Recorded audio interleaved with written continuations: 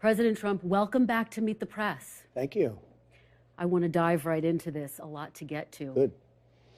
There are a number of things that make your campaign unprecedented. You are the first former president to run for re-election in more than 100 years. You are facing 4 indictments. You have an incredibly significant lead in the GOP primary polls. But I want to ask you this, Mr. President. Why do you want to be president again? Well, it's a very simple answer, and I can give it very easily. It's called Make America Great Again. Our country is in serious trouble. I don't think we've ever been so low in terms of certainly opinion, world opinion, and country opinion. People are devastated. They look at what's happening with millions of people coming in, millions of illegal immigrants coming into our country, flooding our cities, flooding the countryside. I think the number is going to be 15 million people by the time you end this. By the end of this year, I think the real number is going to be 15 million people. They come from prisons. They come from mental institutions, insane asylums. They say, sir, please don't use that term, but it's true. They're terrorists at a level. You know, it's very interesting. On NBC, I saw a poll, and I saw some statistics, and it said in 2019, there were no terrorists. They caught no terrorists. There was nothing that they saw. There was no anything. And now, this year, it's a record number like they've never seen before. So we did a great job at the border. We did a great job with the military. We did a great job with inflation. We had essentially no inflation. We had a great economy. And we didn't have an Afghanistan disaster. We were getting out, but we were going to get out with dignity and pride, not the way they got out. That was a surrender and an embarrassment and horrible. We gave $85 billion worth of equipment to the Taliban. We had death, so much death and so much horrible destruction. And it was a terrible thing. I think it was the lowest point in the history of our country. Now, with all of that, we can change it and we can make America great again. And that's why I'm doing this. Well, and you have talked about a lot. We are going to delve into a number of issues you brought up. You talked about all the people coming across the border. Of course, a lot of families also coming across the border as well. I want to talk to you about that a little bit later on. But first, let's talk about the breaking news today. We learned just a short time ago that the president's son, Hunter Biden, was indicted by a federal grand jury on 3 gun charges. Given that, Mr. President, can you continue to say that there are 2 systems of justice? Well, I think there's no question about it. He had a plea deal that was the deal of the century, the art of the deal. You could write a book on it, the art of the deal. And all of a sudden that was broken up by a judge who was able to, a brilliant judge actually, who was able to see through what was happening. And it's a sad situation. I mean, nobody should be happy about this. I'm not happy about it. Nobody is. It's a very sad thing. It's so bad for our country. But, you know, if you think about it, I've been under investigation from the day I came down the escalator, and a phony investigation, fake investigations, investigations that I beat every single time, still under investigations. But it's a very sad thing, and it's a slippery slope, and dangerous, very dangerous for our country. But you talked about the plea deal, but now Hunter Biden's been indicted. He's facing very serious charges. So doesn't that undercut your entire argument that there are 2 systems of justice in this country? Well, it's one of 12 charges.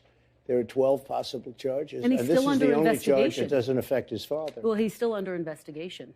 Well, sure, maybe. I mean, let's see what happens. But this is the only charge that doesn't affect Joe Biden. This was the gun charge. But gun charges are very serious. You know, people have had gun charges and gone to jail for a lot of years. I pardoned some people who I thought it was just horrible what happened, but they were put in jail for many, many years, rappers and others. So, look, it's a bad thing, but it's one of 12. And it's the one charge that doesn't affect Joe Biden. Well, of course, there's no evidence that the president has any link to his son's business dealings. Let me ask you, though, I don't Well, necessarily agree. He called in. You mean he called in all these meetings? He was calling in on the meetings. He was put on speakerphone and every single day. And the witness literally testified. many, many calls. And what about the fact that he got rid of the prosecutor for $1 billion? Well, the witness who testified. You don't get rid of this prosecutor. We're not giving you $1 billion to Ukraine. He said that. I mean, there are a lot of things here. Mr. President, the witness who testified, though, said that he never heard any discussion of business when President Biden was put on the phone. Wait a minute. You saw the prosecutor thing on television. because I saw it on your network. He said, you don't get rid of this prosecutor, I'm not giving $1 billion. That was looked into as well, and as you know, there was never any wrongdoing. If I ever said that, quid pro quo. Let's move on to what a second Trump term would look like. When you launched your campaign in March, you told the crowd, quote, I am your retribution. What does that mean? What does that look like? I think retribution is talking in terms of I have to protect people. What they're doing to people is so horrible. They're putting people in jail for long periods of time. Firemen, policemen, accountants, even lawyers. They're in prisons for years now and don't even have trials in some cases. And if you look at Antifa and other groups, practically nothing happened to them. They burned down Portland. They burned down Minneapolis. They took over Seattle. I mean, they literally took over a big chunk of the city. People died and nothing happened to them. We have to protect all people. But when you talk about retribution, are you talking about directing your attorney general to try to go after your political enemies? When I talk about retribution, I'm talking about fairness. We have to treat people fairly. These people on January 6th, some of them never even went into the building, and they're being given sentences of, many years. Are you going to pardon and nothing those is happening? Well, I'm going to look at them, and I certainly might if I think it's appropriate. No, it's a very, very sad thing, and they're dividing the country so badly, and it's very dangerous. Well, Mr. President, we're going to delve into that a little bit later on, but I want to stay on this idea of what you mean by retribution.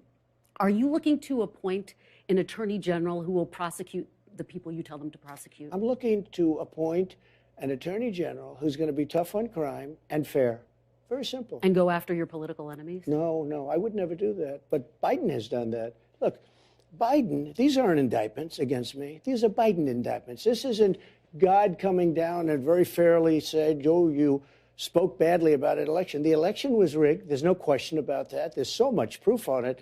Even if you go to the more modern day proof with the, they call it Twitter files, FBI and Twitter, or you take a look at the Amazon stuff or the Google stuff, or you take a look at 2000 Mules, you take a look at all of the ballot stuffing that's on tape, you take a look at the fact that the legislatures didn't approve a lot of the things that were done in the elections and they had to approve. And we could go on forever. We could go on forever. But no, I want somebody that's going to be strong, respected, tough, and fair. Just to go back to a couple of the points you said, the ballot stuffing, that's something that's been debunked. It hasn't been debunked. As you know, it's on camera. But I do want to keep moving forward. Yeah, but Kristen, of course, it's on camera. Hundreds and even thousands and thousands of people. You take a look. True the Vote. Take a look. It's on camera. But, Mr. President, they have you know, thousands Republican of pictures. officials But I know, but Kristen, you can't say it. They have thousands of pictures debunked. of people. I know you have to say that for your network, but you shouldn't say it. Because that's the problem. But, Mr. President, the news has lost such power. Let's stay on track, though, Mr. President. Let's stay on track. But you're saying it hasn't. We have thousands of essentially motion pictures of people stuffing the ballot boxes. But, Mr. President, tens of thousands. They're not stuffing the ballot boxes, and you've been told that by your top law enforcement officials. But let's stay on track because we have so much ground to cover. You have people that went and voted in one place, another place, another place. As many as I understand, 28 different places in one day with 7, 8, 9 ballots apiece. They can't do anymore because it would look too phony. These were professional people. They were stuffing the ballot boxes.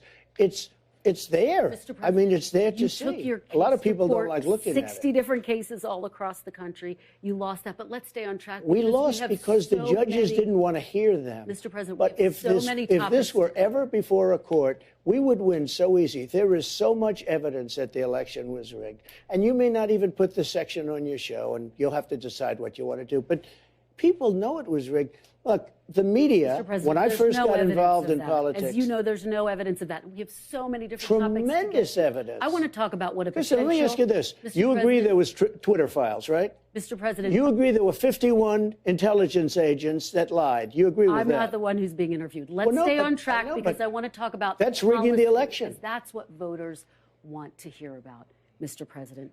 Let's talk about what's happening on Capitol Hill right now. Speaker McCarthy announced that he was launching an impeachment inquiry this week into President Biden? Do you see this as a part of the retribution that you seek? No, not at all. I think, look, you look at the terrible things that have been happening with respect to Biden. Look at everything. Jamie Comer, Jim Jordan, who are fantastic people and very legitimate people. I watched Jamie Comer just a little while ago talking about a lot of different facets of what's going on. And he was the one that said, I guess there are 12 things where it looks like it's stone cold guilty. And the gun charge is only one of the 12. He said this is the only one that doesn't implicate Joe Biden. So, but my question for you, did you talk to Speaker McCarthy about this House impeachment inquiry? No, I don't talk to him. Tell him that he should open a House No, impeachment I don't inquiry? do that. I don't think he'd do that. I mean, he wouldn't do it based on me, no. Did you talk to your Republican allies on Capitol Hill and say you should support this? No, I don't have to talk. They're more proactive than I am. They think it's terrible. I will say this, they think I was treated very unfairly. I mean, when I was impeached for a perfect phone call, and now it turned out to be perfect, I hope you will admit that at least, because I was right, 100% right. But I was impeached for a perfect phone call.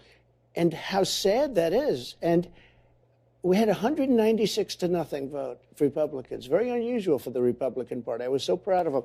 196, the entire House, not one person dissented. And then other than Romney, who sort of gave me half a vote, but we had 100% in the Senate. People think I was treated very unfairly. Well, the people who voted I know I was treated. The people who voted for that impeachment say that the phone call that you referenced was about a quid pro quo. It was perfect. But my phone call was perfect. My phone call was saying, please investigate any crimes that you see. And by the way, I'm mandated to do that as the President of the United States. And it was really a call to congratulate him on winning the election. But, Mr. President, let's... No, when you talk about quid pro quo, please don't talk about quid pro quo, because there was none in the call at all.